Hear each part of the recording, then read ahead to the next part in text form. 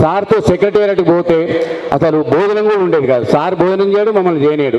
ఎందుకంటే అంత పట్టుదల, అంత పట్టుదలతో అంత కృషి చేస్తేనే ఇవన్నీ సాధించడం జరిగింది. ఇంకొక విషయం ఏంటంటే పర్సనల్ లైఫ్కి చాలా తక్కువ ఇంపార్టెన్స్ ఇన్ సెన్స్ ఆడిట్ ఉద్యోగులు, ఆడిట్ శాఖకి నేను సేవ చేయాలి అనే దృక్పథం తప్ప ఏదో తన సొంత పర్సనల్ లైఫ్కి ఎక్కువ ఇంపార్టెన్స్ ఇచ్చేవారు కాదు. ఈ రకంగా మరి వారింటికి వెళ్ళిన వ్యక్తులకి ఆతిథ్యం ఇవ్వడంలో కూడా భరద్వాజ ఆతిథ్యం అని చెప్తారనమాట. భరద్వాజ మహాముని ఆతిథ్యం ఇవ్వడంలో ఆయన చాలా తనకు తానే సాటి అని చెప్పుకుంటారు.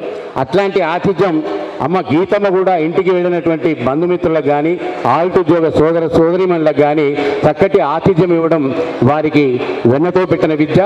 మరి ఆ దంపతులు ఇరువురికి మన ఆయుష్ శాఖ తరఫున మరొకసారి హృదయపూర్వక ధన్యవాదాలు తెలియజేసుకుంటూ